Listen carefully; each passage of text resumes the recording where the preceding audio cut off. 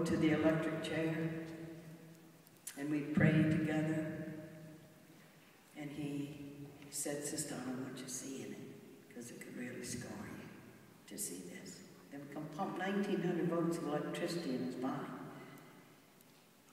And he said, you just pray for me.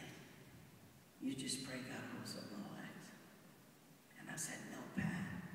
I don't know what it's going to do to me. I've never done anything like this in my life. But I know this. You're not going to die alone without seeing one face, one loving face in those witnesses. And you look at me when they do this. And he did. I said, I'll be the face of love. I'll be the face of Christ for you. Christ doesn't want us doing this, Pat. I wanted him to have the dignity in the last moments. I'm outraged over what he and his brother did. They killed those 2 kids. The parents are still suffering. So I'm holding outrage over the crime here, and then the growing outrage is seeing what it means now for the state to do this to him. And more and more and more stories are coming out that people have been doing the executions, who are having mental breakdowns, and who are paying the price in their souls for having killed people. If you saw, within the last 7 months, Newsweek magazine, 3-page spread called I Committed Murder. And the title of the article was taken from this man, Jerry Gibbons, who was the executioner in Virginia, who killed 62 people in the name of the state, and it was all legal. Pushing that plunger and killing. And he's real honest in the article, because he said, I'm going to tell you, some of them had done these terrible crimes more, and I put them away. I had an executioner's high. We got them. But he said, it's been working on me.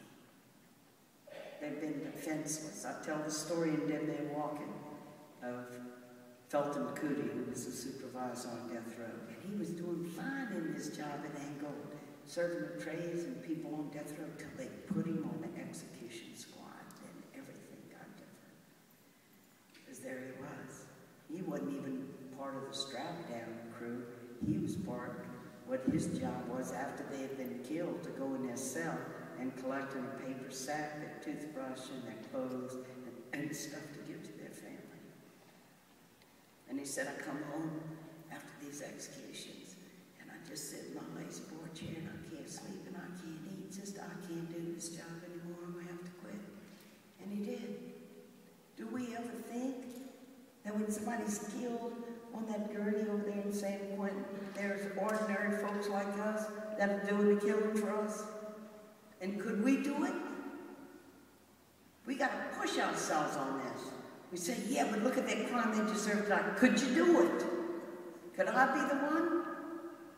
And if there's a part of our souls that goes, well, I don't know if I could do it.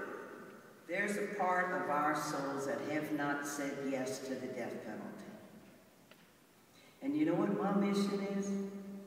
It's because when I walked out of that execution chamber after Pat was killed, and I threw up, it was the middle of the night.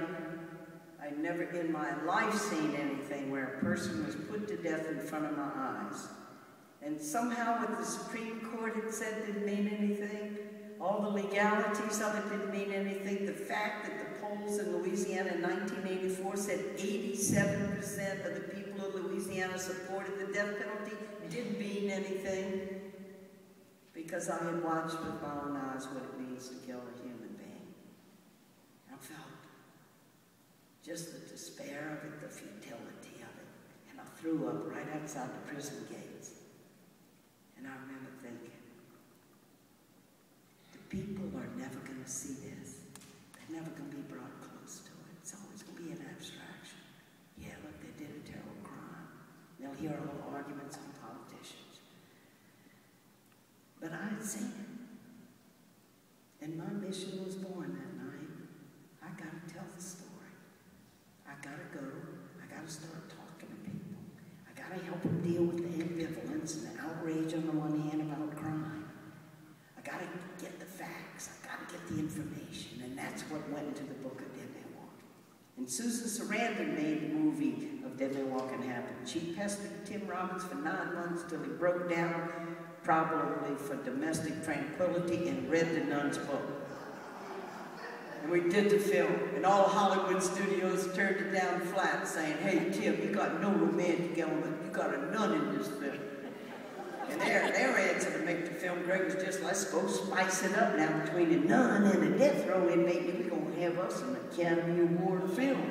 And Tim would say, no, it's not about spicing it up between a nun and a death row inmate. This is a journey of redemption for all of us. And that movie is so fair because it keeps bringing you back and forth, over to both sides, suffering of the victims. Then now you're with Matthew Poncelet about to die, and he's with his mother and his two little brothers saying goodbye to them. Then you're back with the victims, and then just the whole time. And the theater managers told Tim Robbins that when that movie was shown in theaters, they had never seen it, where everybody just stayed seated till the screen went blank, and then people began to file out quietly because they were thinking. And what brings us to deeper reflection in our society?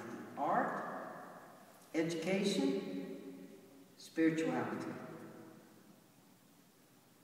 And so then we had the film, and it changed the way films were made about the death penalty in the United States. Before, it had been formula films. The whole film was about, is he guilty or not? No. Maybe he's innocent. Guilty, innocent, no. Guilty, execution, justice done, end of reflection. No more.